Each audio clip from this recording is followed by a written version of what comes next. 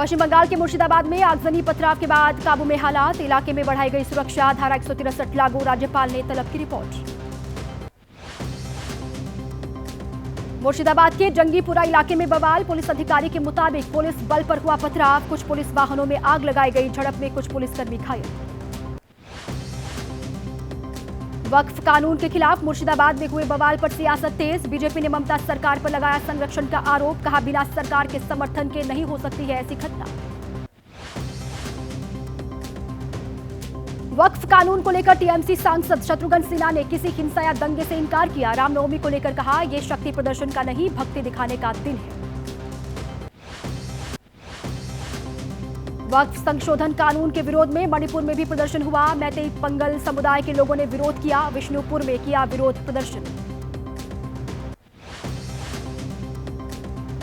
8 मार्च से लागू हुआ वक्फ संशोधन अधिनियम 2025, पिछले हफ्ते संसद से पास हुआ था वक्फ संशोधन विधेयक, बीती 5 अप्रैल को राष्ट्रपति की मंजूरी के बाद बना था कानून।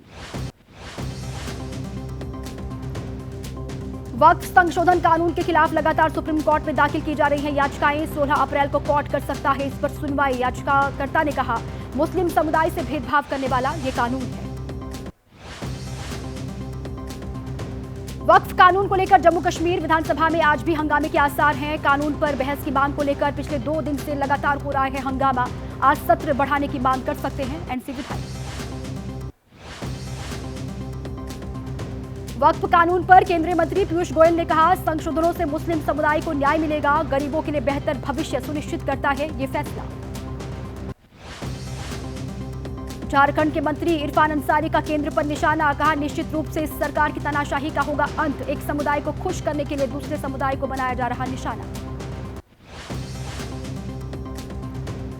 मुसलमानों के साथ भेदभाव के आरोपों को बिहार के डिप्टी सीएम सम्राट चौधरी ने खारिज किया, उन्होंने कहा कि हर वर्ग तक पहुंचती है केंद्र की योजना, विपक्ष भ्रमित करने की कर रहा है कोशिश।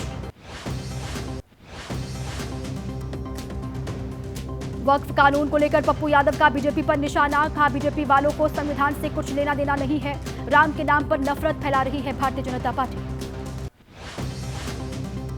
पटना में जेडीयू एमएलसी खालिद अनवर के घर ईद मिलन समारोह, सीएम नीतीश का टोपी पहनाकर स्वागत किया गया, 5 मिनट रुककर निकल गए मुख्यमंत्री, ताजमहल थीम पर वेन्यू रखा गया था। जेडीयू एमएलसी खालिद अनवर ने कहा ताजमहल की तरह नीतीश भी दे रहे मोहब्बत का पैगाम, मुसलमानों में उनको लेकर कोई नाराजगी नहीं है, नीतीश कुमार ने मुसलमानों के लिए बहुत कुछ किया है। आज समाजवादी पार्टी का सद्भाव मिलन कार्यक्रम, लखनऊ में आयोजित कार्यक्रम में सभी धर्म के लोग शामिल होंगे, अखिलेश समेत एसपी के बड़े नेता इसमें हिस्सा लेंगे। अहमदाबाद में आज कांग्रेस का राष्ट्रीय अधिवेशन, कांग्रेस अध्यक्ष मल्लिकार्जुन खड़गे के उद्घाटन भाषण से इसकी शुरुआत होगी, राहुल गांधी भी अधिवेशन को करेंगे संबोधित। सरदार पटेल की 150वीं जयंती पर सीडब्ल्यूसी बैठक में विशेष प्रस्ताव पारित हुआ, कहा बीजेपी सरकार अंग्रेजों की तरह किसानों के खिलाफ लाती है अध्यादेश, कृषि के बनाती है 3 करोड़ काले कानून। कांग्रेस कार्य समिति के पास प्रस्ताव में कहा एमएसपी गारंटी और किसान आय दोगुनी करने के वादे से मुकर जाती है सरकार, सरदार पटेल की राह पर कांग्रेस निर्णायक संघर्ष के लिए तैयार है। कांग्रेस के राष्ट्रीय अधिवेशन में सीडब्ल्यूसी के पास प्रस्तावों पर लगेगी मुहर, सामाजिक आर्थिक और राजनीतिक न्याय पर चर्चा होगी, देश भर से करीब 3000 प्रतिनिधि हो रहे हैं शामिल। सीडब्ल्यूसी में सरदार पटेल की जयंती पर विशेष प्रस्ताव पारित हुआ, दीपेंद्र हुड्डा ने कहा सरदार पटेल ने लड़ी आजादी की लड़ाई, गुजरात की जमीन पर हुआ कांग्रेस की विचारधारा का जन्म। अहमदाबाद में सीडब्ल्यूसी की बैठक, सूत्रों के मुताबिक राहुल ने कहा हम दलित, मुस्लिम और ब्राह्मण में उलझे रखे, ओबीसी साथ छोड़कर चले गए। सूत्रों के मुताबिक अहमदाबाद में बोले राहुल गांधी अल्पसंख्यकों मुस्लिमों की बात करने की वजह से होती है हमारी आलोचना, लेकिन डरने की आवश्यकता नहीं है, मुद्दे उठाए जाने चाहिए। राहुल गांधी पर बीजेपी नेता आरपी सिंह का निशाना, का देश समाज को बांटने का काम कर रही है कांग्रेस पार्टी, इसलिए एक एक करके सब छोड़ रहे हैं कांग्रेस का साथ। केंद्रीय मंत्री अर्जुन राम मेघवाल का आरोप, कांग्रेस ने सरदार पटेल, अंबेडकर को नेहरू से कम आंका, महापुरुषों का अपमान करना कांग्रेस पार्टी की संस्कृति। कांग्रेस नेता मुमताज पटेल का बयान, चुनाव जीतने का मतलब ये नहीं कि मोदी के पक्ष में लहर है। 60% लोगों ने उनकी सरकार के खिलाफ वोट किया है। लोकसभा में अल्पमत में है सरकार। अस्पताल में भर्ती कांग्रेस नेता पी चिदंबरम की सभी रिपोर्ट ठीक। कार्ति चिदंबरम ने कहा, डॉक्टर्स ने निगरानी में रखा है। कल साबरमती आश्रम में गर्मी की वजह से बेहोश हो गए थे। ट्रंप के टैरिफ से मचे हाहाकार के बीच आज आरबीआई से राहत की उम्मीद है। एक्सपर्ट्स ने कहा, रेपो रेट में 0.25% की कटौती कर सकता है आरबीआई। फरवरी में घटाया गया था 0.25% रेपो रेट।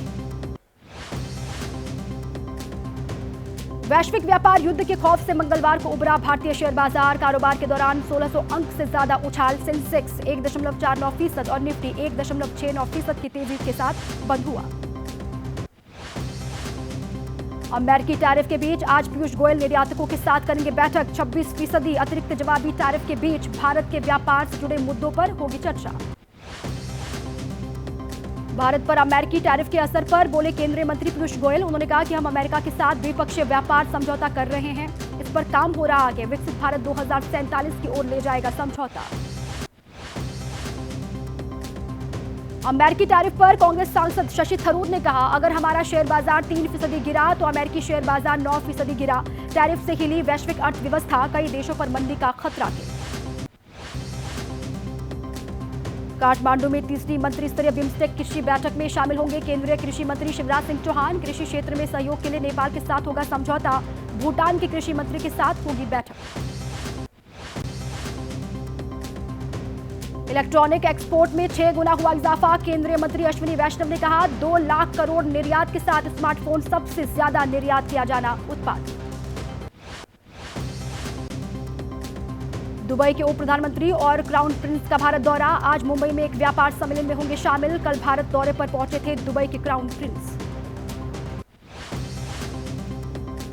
आज विश्व नवकार महामंत्र दिवस पर आयोजन। दिल्ली में पीएम मोदी करेंगे संबोधित। जैन धर्म का सबसे अधिक पूजनीय और सार्वभौमिक मंत्र है नवकार महामंत्र।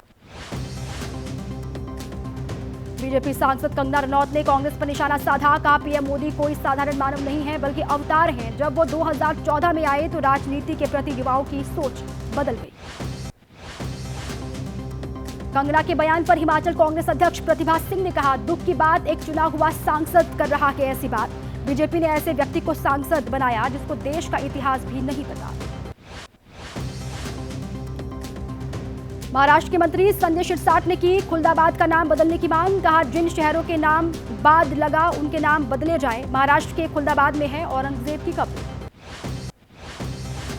एआईएमआईएम नेता इम्तियाज जलील ने साधा निशाना। महाराष्ट्र में बदल रहे हैं नाम, लेकिन गुजरात का क्या हिम्मत है तो मोदी शाह से कहें बदले अहमदाबाद का नाम। नाम बदलने की मांग पर एसपी नेता अबू आजमी ने कहा, नया शहर बसाइए तो बात बने। नाम बदलने से अगर कम होगी महंगाई, सुधरेगी कानून व्यवस्था तो करेंगे इसका समर्थन। महाराष्ट्र के मंत्री संजय शिरसाट के समर्थन में उतरे महाराष्ट्र बीजेपी अध्यक्ष चंद्रशेखर बावनकुले। कहा, शिरसाट ने जो भी कहा वो लोगों की भावना है, हम करते हैं इसका समर्थन। वाराणसी के धरहरा मस्जिद में बीजेपी विधायक नीलकंठ तिवारी ने लगाया झाड़ू। धरहरा मस्जिद को लेकर कोर्ट में दाखिल है याचिका और हिंदू मुस्लिम पक्ष दोनों करते हैं इसका दावा। संभल की मस्जिद का बदला गया नाम बदलकर जुमा मस्जिद किया गया है। एएसआई बोला, आधिकारिक दस्तावेजों में मस्जिद का नाम है जुमा मस्जिद। चुनाव आयोग के बाहर हुई घटना की टीएमसी सांसद कल्याण बनर्जी ने पुष्टि की। कहा कि एक महिला एमपी पर उनका गुस्सा था। कल्याण बनर्जी ने कीर्ति आजाद, सौगत रॉय पर लगाया आरोप। सौगत रॉय का कल्याण बनर्जी पर महिला सांसद से दुर्व्यवहार का आरोप है। कहा, कई बार कर चुके हैं असभ्य व्यवहार, ममता लेंगी फैसला, लेकिन पार्टी का व्हाट्सएप चैट लीक होना दुर्भाग्यपूर्ण है। टीएमसी सांसदों के बीच हुए विवाद पर बीजेपी नेता लॉकेट चटर्जी का निशाना। महिला सीएम होने के बाद कल्याण ने महिला का अपमान किया। हम जानते हैं टीएमसी का चरित्र कैसा है। तेजस्वी यादव में पहली बार खुद को माना महागठबंधन का सीएम उम्मीदवार। सम्मेलन में कहा, जिस दिन आपका बेटा तेजस्वी बनेगा सीएम उसी दिन आपको बसाने का काम शुरू होगा। तेजस्वी ने पीएम मोदी पर तंज कसा। कहा, जहां चुनाव प्रचार करने जाते हैं उस राज्य को बना देते हैं नंबर 1। बिहार को गरीबी, पलायन, बेरोजगारी में नंबर 1 बना दिया गया है। दिल्ली की बीजेपी सरकार रद्द करेगी सरकारी संस्थाओं में हुई राजनीतिक नियुक्तियां। आप सरकार के दौरान हुई थी नियुक्तियां। सूत्रों के मुताबिक सरकार खत्म करेगी सबका कार्यकाल। अब केवल चेहरे से होगी आपके आधार की पुष्टि। सरकार ने जारी किया नया आधार फेस ऑथेंटिकेशन मोबाइल ऐप। किसी फिजिकल कार्ड या फोटोकॉपी की आवश्यकता नहीं होगी। पटाखों के सुरक्षित इस्तेमाल से जुड़ी याचिका पर आज दिल्ली हाईकोर्ट में सुनवाई होगी। पिछली सुनवाई में कोर्ट ने याचिकाकर्ता को संशोधित याचिका दायर करने को कहा था। स्कूली पाठ्यक्रम में स्वास्थ्य और योग विज्ञान को शामिल करने के निर्देश देने की मांग। जनहित याचिका पर दिल्ली हाईकोर्ट में आज होगी सुनवाई। छत्तीसगढ़ के बीजापुर में 22 नक्सलियों ने किया सरेंडर। समाज की मुख्य धारा में लौटने का फैसला किया। सरेंडर करने वाले 2 नक्सलियों पर था 8-8 लाख रुपए का इनाम। महाराष्ट्र के ठाणे शहर में नाबालिग लड़की की हत्या मामले पर प्रदर्शन। लोगों ने विरोध प्रदर्शन कर जाहिर किया अपना गुस्सा। आरोपी को कड़ी सजा देने की मांग की। एमपी के मुरैना में गिफ्ट सेंटर के गोदाम में लगी आग। मौके पर पहुंची फायर ब्रिगेड की टीम ने आग को बुझा लिया। नोएडा में कार में लगी आग। फेज 3 पुलिस थाना क्षेत्र का बताया जा रहा मामला। देखते ही देखते पूरी कार जलकर राख। उत्तराखंड के चमोली में महिलाओं ने पेश की इंसानियत की मिसाल। हादसे में घायल हुए रूस के पर्यटक को पहुंचाया अस्पताल। देश के कई राज्यों में बदलेगा मौसम का मिजाज। गुजरात, पश्चिम बंगाल, राजस्थान, हिमाचल प्रदेश, हरियाणा, पश्चिम मध्य प्रदेश और पंजाब के कुछ हिस्सों में लू का अलर्ट। दिल्ली और वेस्ट यूपी में भी हीट वेव का अलर्ट जारी किया गया है। विदर्भ और पूर्वी मध्य प्रदेश के कुछ इलाकों में लू चलने की संभावना। सिक्किम और जम्मू कश्मीर में हल्की बर्फबारी की संभावना। बिहार, केरल, आंध्र प्रदेश और लक्षद्वीप में हो सकती है हल्की बारिश। हिमाचल प्रदेश के लाहौल और स्पीति में खुला दारचा शिंकुला रोड मार्ग पर अब वाहनों की आवाजाही शुरू हो गई है।